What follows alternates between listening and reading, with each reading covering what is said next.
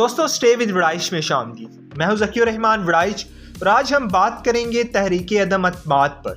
دوستو تاریخ میں پہلی بار تحریک عدم اعتماد مارچ 1782 میں برطانوی وزیر اعظم لارڈ نارتھ کے خلاف پیش کی گئی تھی۔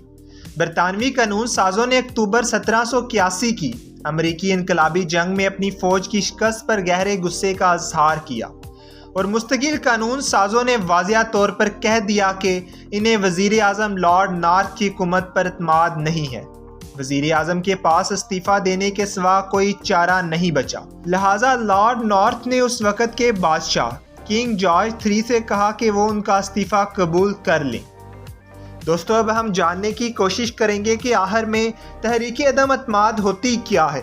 تحریک عدم اعتماد ایک قسم کا ٹیسٹ ہے جو اس بات کا یقین کرنے کے لیے لیا جاتا ہے کہ آیا ذمہ داری کے عہدے پر موجود شخص یا حکومت اب بھی اس عہدے پر فائز رہنے کے قابل ہے یا نہیں۔ اس کی وجہ کوئی بھی ہو سکتی ہے، لیکن اگر یہ تحریک منظور ہو جاتی ہے تو حکومت بنانے والی جماعت کو پارلیمنٹ میں اپنی اکثریت ثابت کرنا ہوتی ہے۔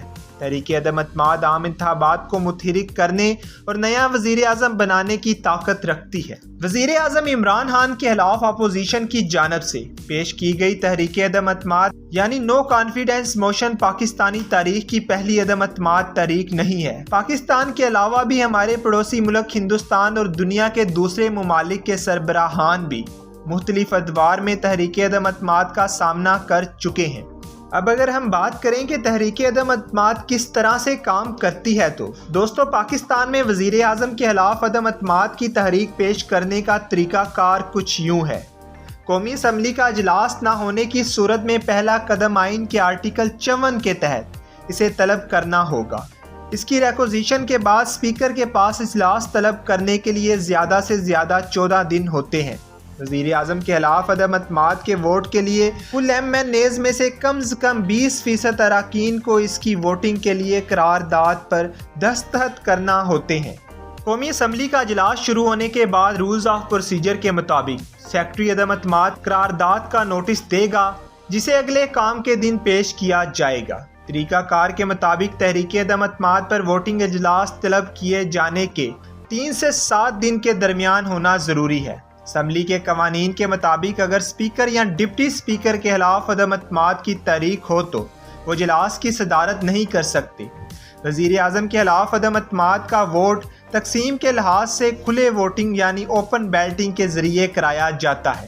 جب سیشن کا آغاز ہوتا ہے تو اس سے پہلے ایک گھنٹی بجائی جاتی ہے تاکہ ان پارلیمنٹیرینز کو مطلع کیا جا سکے جو ممکنہ طور پر ہال کے باہر ہو سکتے ہیں، اور پھر دروازے بند کر دیے جاتے ہیں۔ ووٹنگ کے لیے تمام ممبرز کو 2 مختلف دروازوں میں سے کسی ایک میں سے باہر نکلنا ہوتا ہے۔ جو تحریک کے حق میں ہو وہ ایک دروازے سے نکلتے ہیں اور جو تحریک کے خلاف ہوں وہ ایک دوسرے دروازے سے نکلتے ہیں۔ جیسے ہی وہ باہر جاتے ہیں گنتی شروع ہو جاتی ہے اور ایک بار جب ہال خالی ہو جاتا ہے تو گنتی مکمل ہو جاتی ہے اور ہر کوئی دوبارہ ہال میں داخل ہو جاتا ہے۔ اس کے بعد اسپیکر نتیجے کا اعلان کرتا ہے۔ اگر عدم اعتماد کا ووٹ کامیاب ہو جاتا ہے تو اسپیکر نتیجہ تحریری طور پر صدر کو پیش کرتا ہے اور پھر اس کا باقاعدہ طور پر نوٹیفیکیشن جاری کر دیا جاتا ہے۔ آئین کے مطابق وزیر اعظم کے خلاف عدم اعتماد کی قرارداد کی منظوری یا ناکامی کے لیے ایوان زرعی سے سادہ یعنی سمپل میجورٹی درکار ہوتی ہے۔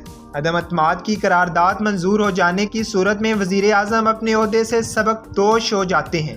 پھر وزیر اعظم کو عدم اعتماد کے ووٹ کے ذریعے ہٹا دیا جاتا ہے۔ کابینہ بھی تحلیل ہو جاتی ہے اور نیشنل اسمبلی کے رولز 32 کے مطابق اسمبلی کو کسی دوسرے کام کو چھوڑ کر نیا وزیر اعظم منتخب کرنا ہوتا ہے۔ تاہم رول 37 میں کہا گیا ہے کہ جب تک تحریک نپٹا نہیں دی جاتی یا قرارداد پر ووٹنگ نہیں ہو جاتی اسمبلی کو ملتوی نہیں کیا جا سکتا۔ تو ان دونوں قواعد کو ملا کر پڑھنے کا ایک طریقہ کہ آپ کو فوری طور پر نئے وزیر اعظم کا انتخاب کرنا ہوگا۔ اب وزیر اعظم کو عدم اعتماد کے ووٹ سے ہٹانے کے بعد اجلاس کو روک تو سکتے ہیں لیکن کوئی کارروائی شروع نہیں کر سکتے۔ 1792 میں ہونے والی تاریخ کی پہلی عدم اعتماد کی تحریک سے لے کر اب تک دنیا کے 100 سے زائد وزیر اعظم اور صدور اپنے اپنے قانون ساز ایوانوں میں اس طرح کی اقدامات کے ذریعے شکست کھا چکے ہیں۔ لیکن یہاں یہ بات بھی قابل ذکر ہے کہ حالیہ تاریخ میں ایسی بہت کم مثالیں ملتی ہیں جہاں کسی حکومت یا حکمران کو عدم اعتماد کی تحریک کے ذریعے اس کے عہدے سے ہٹایا گیا ہو۔ برطانیہ میں سیکنڈ ورلڈ وار کے بعد سے اب تک صرف ایک موقع ایسا آیا ہے جب حکومت عدم اعتماد کا ووٹ ہار گئی ہو۔ یہ 1979 میں ہوا جب لیبر پارٹی کے وزیر اعظم جیمز کی حکومت عدم اعتماد کی وجہ سے گر گئی، اور اس کے بعد ہونے والے عام انتخابات میں مارگریٹ تھیچر کی کنزرویٹو پارٹی نے اس کی جگہ لی۔ البتہ اس دورانیہ میں کم و بیش 18 عدم اعتماد کی تحریکیں مختلف وزیر اعظم کے خلاف پیش کی گئیں جو کامیاب نہ ہو سکیں۔